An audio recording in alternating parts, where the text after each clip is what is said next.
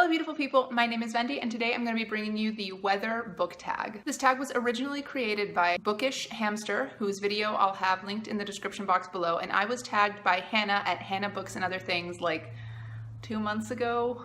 I mentioned in some previous videos that I'm not going to be having as much time to film and edit and booktube in general over the next couple months, so I figured it was a perfect time to catch up on some old tags that I have outstanding, and there are a lot of them. So I'm going to do them basically chronologically, and this one is the one that's next up. So without further ado, let me just get started. Question number 1 is a 5-parter. So I'm going to list a bunch of different types of weather, and then I'm going to tell you which books remind me of that weather or which books that I like to read during that type of weather. I don't really have a reading preference that's tied to a certain type of weather, so I'm just going to say the books that remind me of the various ones. So prompt number 1 is rainy, and for that I have to say, of course, I have to say Jane Unlimited by Kristen Kishore. The book just feels like something that you can read during the rain, I guess. I can see how people who prefer to read in the rain might want to pick up this book over, for example, a cutesy summery contemporary. Plus, there's the added benefit of the main character, Jane, making her own umbrellas, which obviously reminds me of rain. An umbrella is even embossed into the cover when it's naked.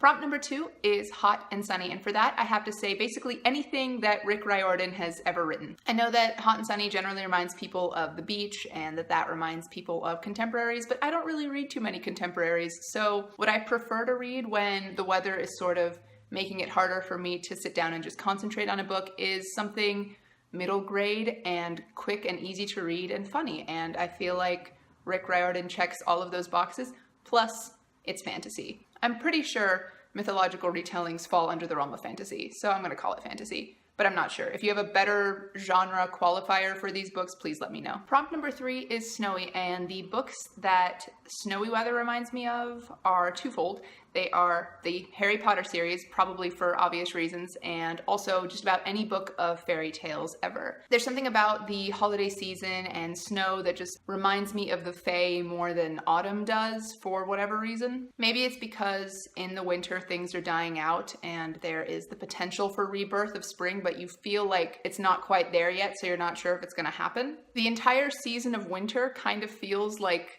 a liminal space to me, a little bit haunted and dark, and that's what fairy tales are to me. So fairy tales remind me of winter and snow. I know that's not a perfect connection because it doesn't always snow in just winter. Here in Boston, it snowed well into March and even the first couple days of April, so who even knows? Weather patterns are terrifying, but this tag isn't about that. So fairy tales, snow, there's some sort of mental connection to be made there. The next prompt is cloudy, and for that I have to say actually a genre / type of book that I sort of gravitate towards when it's cloudy, and it's just sci-fi of any sort. When it's cloudy, it's not too hot and it's not too cold, and it tends to not be as windy when it's cloudy here where I'm at. And that sort of combination where there's just nothing irritating about the weather going on. I say irritating, I mean potentially distracting. Anyway, when there's nothing potentially distracting going on with the weather, I find that I am more able to 100% focus on what I'm reading. This helps me a lot with sci-fi because a lot of sci-fi tends to be a little more science heavy. And while I like that in theory, it's something that I definitely need to put more manpower into the processing functions of my brain to make sure that I'm getting all of the world building stuff along with all of the story stuff. I don't have the same issue with high fantasy, perhaps because I read so much more of it, but yeah, cloudy weather is the least abrasive type of weather to me, and because of it, I like to read sci-fi. And the final prompt is windy, and for this one, I absolutely had to say Wind Witch by Susan Dennard. I mean, it's in the name.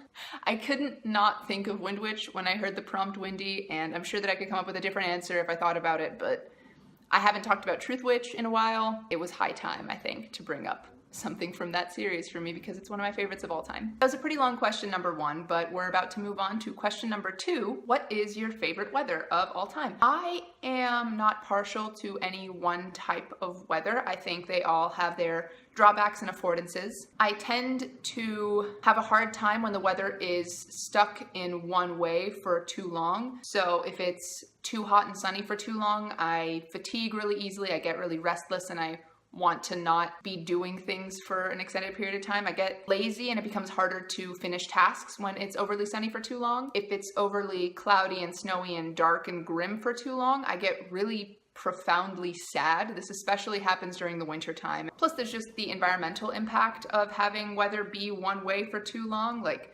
snowing until March. That can't be good for trees and flowering plants and all the insects that are required to pollinate those flowering plants. So from a personal standpoint and from an environmental standpoint, I think varied weather is the best weather. And finally, question number 3, what is your favorite reading weather? Again, I really have no preference, but different reading weathers make it easier to read different types of books, I guess. I mentioned before that when it's cloudy, it allows me to be super immersed into books, which is why I prefer to read sci-fi then, because I feel like for sci-fi you need to be a little more immersed. And when it's hot and sunny, I need something light but not contemporary because I get super bored, and when it's hot and sunny, I'm already predisposed to being a little flighty and easy to become bored, so I need like a light, fluffy fantasy. So I don't have a favorite reading weather. I read no matter what. I'm an equal opportunity reader, but depending on the type of weather, I'm gonna be predisposed to picking up a different thing or predisposed to doing better with a different sort of story. And there you have it. That's the entire weather book tag. I had a lot of fun doing it, and I hope that